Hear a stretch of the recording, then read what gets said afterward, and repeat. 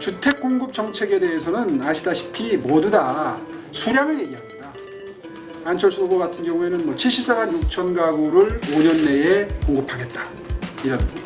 또 박영선 후보 같은 경우에는 토지 임대부 주택을 분양을 하는데 임기 중에 5년 내에 30만 호를 공급하겠다. 제가 보기에는 둘 다 불가능하고, 그리고 사실 앞뒤가 맞지 않는 쉽게 얘기해서 엉터리 공약들입니다. 그래서 제가 이 두 분을 박원순 시즌2가 될 가능성이 높다. 그래서 저는 스피드 공급 1탄, 2탄 이런 거를 내놨습니다. 목표 호수가 중요하지 않아요. 빨리 공급할 수 있는 노하우를 가지고 빨리 공급하겠다.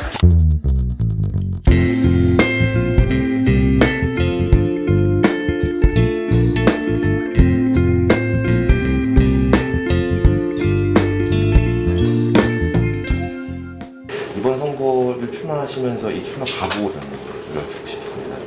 처음에 예전에 33대, 34대 서울시장으로 재직하실 때 출마를 하셨을 때 각오와 지금을 준비하는 각오에 또 차이가 있는지도 궁금하고. 예, 그때는 정말 열정에 불타서 뭔가 막 의욕에 불타 있었지만 사실은 일을 어떻게 해야 되는지는 잘 모르는 열정만 가지고 있는 젊은 도전자였다고 할까요? 그런데 이제는 머릿속이 꽉 부상이 짜여 있어서 들어가면 첫날부터 무슨 일을 해야 될까를 이제 머릿속에 이미 정리하고 있는 그런 출전을 앞둔 오랫동안 준비를 해온 선수 같은 마음이랄까요? 아마 그런 마음가짐의 차이가 있을 거예요. 사실은 그때는 들어가면서 막막했거든요. 막연히 알고 있는 비전을 이걸 어떻게 구체화해서 실현을 할까 하는 거에 대해서 사실 저 스스로도 굉장히 조심스럽고 그런 입장이었는데, 지금은 들어가면 이것부터 얼른 해야지 하는 마음이 정말 가득 차 있습니다. 그게 큰 차이라는 차이죠. 특히나 지금 코로나19로 고통받는 서민 여러분들이 많이 계시기 때문에 옛날에는 주로 큰 그림 위주로 생각을 했었어요. 도시를 이렇게 국제적인 도시로 만들어야 되겠다. 외국에서 돈이 들어오고 회사가 들어오고 인력이 들어오는 그런 초인류 도시를 만들어야 되겠다. 이런 큰 꿈이 있었다면, 이번에는 2년 동안에는 그런 꿈은 잠시 접어두고 어려운 분들을 어떻게 잘 보듬어서 이분들의 고통을 덜어드릴까. 정말 자영업자, 소상공인들은 지금 융단 폭격을 받은 거나 마찬가지잖아요. 이분들을 어떻게 하루라도 빨리 들어가서 챙길까. 이런 생각으로 가득 차 있기 때문에 옛날에하고는 좀 많이 생각의 차이가 있다고 볼 수 있습니다. 서울시장직을 이제 물러나신 후에 그 이후에 이제 10년 동안 사실은 어떤 선출직이나 공직을 맡지는 못하셨었어요. 어떻게 보면은 계속 활동을 하셨지만 야인의 생활이 좀 길어졌다고 보이는데, 그간 이제 한 10년간의 그간의 삶에 대해서 조금 한 말씀 해주시면. 예, 그동안에 정말 많은 준비를 했죠.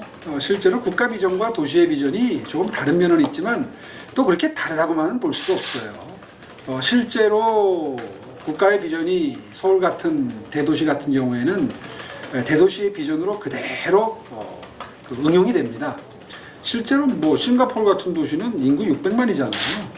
그런 나라에 비교해 보면 사실은 조그마한 도시국가다라고 이야기할 정도로 또 대한민국의 중심이죠. 이제 그렇다 보니까 그동안에 대선 준비를 한 게 결코 서울시 준비와 무관하지 않다. 저는 그렇게 생각이 들고요. 대표적인 공약이 싱가포르 국민 전체 600만에게 스마트워치를 하나씩 건강관리할 수 있는 밴드형 스마트워치를 채워드려서 건강도시를 만들겠다 하는 공약은 실제로 싱가포르에서 따온 겁니다. 사실 대선 준비하면서 전 국민에게 이걸 해드려야 되겠다고 생각했던 게 이제 서울 시민들께 공약이 된 거고, 이미 싱가포르는 착수를 해서 시작을 했어요. 아마 서울시가 이 건강도시 프로젝트를 실제로 효율적으로 수행하게 되면 아마 대한민국 전체가 다른 지자체가 다 따라갈 겁니다. 이 스마트워치 하나면 정말 건강보험 재정이 절약이 될 정도로 전 시민들의 건강이 좋아질 겁니다.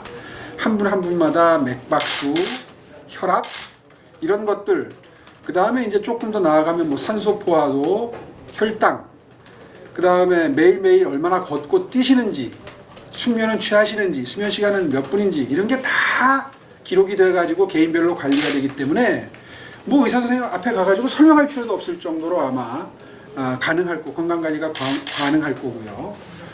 그리고 동네 주치의들하고 이제 함께 이게 매칭을 하게 되면 주치의 시스템이 작동이 되면 아마 건강관리는 걱정 안 하셔도 될 거예요. 특히 그 1인 가구가 늘어나고 있는데 그 1인 가구 분들이 건강이 제일 큰 문제거든요. 근데 그분들 건강관리하는 게 지금 가능해지지 않습니까? 예를 하나 들었는데 이런 것처럼 국가적인 비전과 서울시의 비전이 다르지 않다. 그래서 충실히 준비된 공약들이 지금 하나씩 둘씩 나가고 있고요. 그런 그 공약의 바탕에는 5년 동안 서울시를 이끌었던 시정 경험이 바탕에 있는 상태에서 그런 외국의 우리보다 먼저 실행하고 있는 정책들, 또 창의적인 정책들 이런 것들이 보태지고 있는 거기 때문에 아마 굉장히 폭발적인 에너지로 서울시를 바꿔나가고 시민들의 일상생활을 보듬고 챙길 수 있다. 저는 그렇게 자부합니다. 시장으로 제작하실 당시에 여러 가지 업적을 많이 내셨어요. 여러 가지가 있었는데 당시에 못했던 정책도 좀 있으실 것 같아요. 네. 준비를 했는데 야심차게 있다가 그런 정책과 그다음에 이번에 이 스마트워치 외에 또 하나 조금 각각 강점으로 내세우신 공약 있으면 각각 하나씩 좀 뽑아주실까요?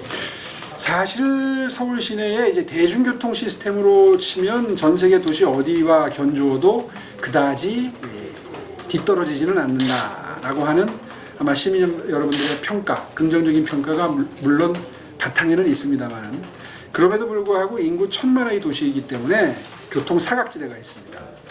그 교통 사각지대는 사실 경전철과 같은 이런 그 보조 교통수단이 투입이 됨으로써 상당 부분 해결할 수가 있죠. 그런데 제가 2010년도, 2009년도로 기억이 되는데 경전철 7개 노선을 발표를 했었어요. 그런데 박원순 시장이 들어와서 그 중요성을 가볍게 보고 취소를 했었습니다. 그래서 한 3, 4년, 4, 5년 정도가 표류했습니다. 그 사업이. 이제 그러다가 2013년도인가 4년도인가 또 다시 발표를 하는데 그때 2개 노선을 추가를 해가지고 발표를 했습니다. 이렇게 한 몇 년이 늦어지는 바람에 사실 이 사업이 지금 그 상당히 늦어져 버렸어요. 뭐 그런 사업이 예를 들면 뭐 많은데 어쨌든 그 중요성을 잘 몰라서 주택난도, 이 주택시장 대참사의 이런 그 정말 서민 여러분들이 큰 고통을 겪는 이런 상태가 돼 보였고 경천철 사업도 지금 혜택을 아무도 못 보고 계십니다. 그 점이 가장 원래 계획됐던 게 취소되는 바람에 늦어져서 시민들께 피해로 돌아가는 그런 사례입니다. 이거 이제 취임하면 바로 또 가속도를 붙여야 되겠죠. 공약 관련해서 아무래도 말씀하셨다시피 서민의 삶이 어려운데 서울 시민의 최대 관심사는 아무래도 부동산 문제와 세금 문제일 것 같습니다. 이에 대한 뭐 이런 뭐 오세훈표 이런 인사이트나 이런 공약이나 이런 대책 이걸 좀 말씀해 주세요. 네, 오늘 아침에 마침 이제 국회 정론관에서 세금 관련해서 재산세, 보유세 관련해서 정책을 몇 개 발표를 했습니다. 첫 번째는 1가구 1주택, 그러니까 1세대가 1주택을 가지고 있는 경우에 소득이 없다면 주택 가격이 올라가는 게 무슨 소용입니까? 이제 그럼에도 불구하고 세금이 지금 여러 가지 형태로 많이 올랐죠. 네. 왜냐하면은 공시지가 현실화율을 높인다 그래가지고 지금 기하급수적으로 속도가 빠르게 현실화율이 올라가고 있기 때문에 자기도 모르게 높은 세금이 이제 부과가 될 거예요. 올해 중에 그 세금 고지서들을 다 받으시게 되는데 특히 수입이 없는 분들의 경우에는 집 한 채가 유일한 재산인 분들 노후 대책이거든요. 이건 정말 잘못된 정책이다. 그래서 수입이 없는 무소득 1가구 1주택의 경우에는 무조건 재산세를 면제하는 방향으로 정책을 추진하겠다 하는 게 골격이고요. 거기에 더해서 또 하나는 그 비례의 원칙이 지켜져야 됩니다. 공평해야 돼요. 무슨 얘기냐 하면 지금 그 공시 가격이 올라가고 있기 때문에 자기도 모르게 세금을 많이 내게 되는데 공시 가격이 오르는 만큼 세율을 낮춰서 밸런스를 맞춰주게 되면 이 정부 들어서 부동산 가격이 올라간 것 때문에 생기는 부동산 세금 증액분이 다 시민 여러분들 입장에서는 절약이 되시겠죠. 그게 두 번째고요. 그다음에 이제 세 번째는 재산세 과세 구간을 좀 세분화해서 좀 더 부담을 덜어드리도록 하고, 네 번째는 종부세라고 해서 종합부동산세도 역시 재산세와 연동이 되어 있습니다. 재산 가치와 연동되어 있는 세금인데 이거는 이제 지방세가 아니라 국세죠. 이걸 지방세화해서 서울시가 걷어서 25개 자치구에 전부 골고루 나눠져서 그 강남북 균형 발전의 그 재원으로 쓰겠다. 다시 말해서 비강남 지역 발전의 재원으로 쓰겠다라고 하는 발표를 오늘 했습니다. 일단 이제 세금과 관련해서는 그 정도 말씀드리면 정리가 될 것 같고요. 주택 공급 정책에 대해서는 아시다시피 모두 다 수량을 얘기합니다. 안철수 후보 같은 경우에는 뭐 74만 6천 가구를 5년 내에 공급하겠다. 이런. 또 박영선 후보 같은 경우에는 토지 임대부 주택을 분양을 하는데 임기 중에 5년 내에 30만 호를 공급하겠다. 제가 보기에는 둘 다 불가능하고, 그리고 사실 앞뒤가 맞지 않는 뭐 쉽게 얘기해서 엉터리 공약들입니다. 왜냐하면 임기 5년의 시장이 공급할 수 있는 주택은 한계가 있습니다. 실제로 쉽게 비교해 드릴게요. 서울에는 380만 가구가 삽니다. 수십 년 동안 형성되어 온 주택에 수용되어 있는 가구 수가 380만 가구인 거예요. 그런데 임기 5년 시장이 74만 6천 가구를 공급한다고 하는 것이 균형이 맞나요? 어려운 얘기를 너무 쉽게 하고 있는 거예요. 뭐 그렇게 말만 한다면요, 100만 가구 공급인들 약속 못 하겠습니까? 그 정도는 판단이 쓰셨어야 되는데, 아무리 뭐 주택 전문가가 건의를 했다 하더라도 그 정도는 본인이 판단을 할 수 있어야 일이 되는 거 아니겠어요? 참 안타깝고요. 박영선 후보 같은 경우에는 토지 임대부 분양을 30만 가구를 한다. 글쎄요, 토지 임대부 분양을 하는 거는 토지는 국공유지일 때 가능합니다.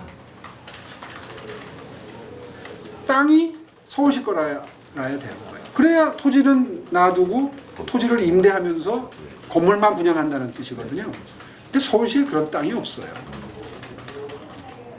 토지 임대부 분양을 위한 국공유지뿐만 아니라 그냥 집 지을 땅이 없어요. 근데 더군다나 국공유지까지 하게 된다 그러면 극히 제한이 되죠. 쉽게 비유를 하면 30만 호라면 한 65만 명, 70만 명이 살아가는 생활 공간인데 송파구의 인구가 66만입니다. 송파구 정도 사이즈의 국공유지가 서울시에 빈 땅이 있나요? 그래서 그게 너무나 황당하고 엉터리 없는 공약이라서 공개적으로 비판을 했습니다. 그랬더니 박영선 후보 하시는 말씀이 오세훈 후보는 상상력이 없어서 못하지, 나는 할 수 있다. 조만간 설명하겠다. 이러면 끝이에요. 지금 한 일주일 지났는데 말씀이 더 이상 없으세요. 이런 식의 공약들은 곤란하다. 여야의 유력 후보들이 이런 정도의 인식 수준이라면 이건 정말 서울 시민들께 큰 해악이 미칠 수 있다. 그래서 제가 이 두 분을 박원순 시즌2가 될 가능성이 높다.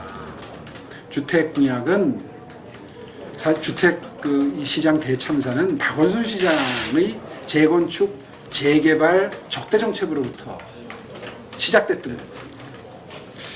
그래서 저는 스피드 공급 1탄, 2탄 이런 거를 내놨습니다. 목표 호수가 중요하지 않아요. 빨리 공급할 수 있는 노하우를 가지고 빨리 공급하겠다. 이미 보셨겠습니다만은 서울 전체에 분포한 2종 일반 주거지역의 7층 높이 규제만 없애도 경제성이 생기기 때문에 토지 건물주도 건설회사도 사업에 전부 뛰어들 수밖에 없고, 그렇게 되면 공공에서 인허가 절차만 좀 빨리 하든 규제 완화만 해줘도 1, 2년 내에 빠른 속도로 신규 주택이 공급될 수 있는 분위기가 형성될 수 있다. 그것이 아마 부동산 시장 안정화에 굉장히 기여를 합니다. 또 35층 층수 제한이라는 것도 역시 마찬가지입니다. 한강변에 한 50층까지 짓게 규제만 완화해도, 이 두 가지 지금 규제 완화는 시장이 마음만 먹으면 할 수 있는 겁니다. 법을 바꿀 필요가 없어요. 이제 이런 그 노하우를 통해서 주택을 최대한 많이 공급하겠다. 그게 이제 차별화된 주택 공급 공약입니다.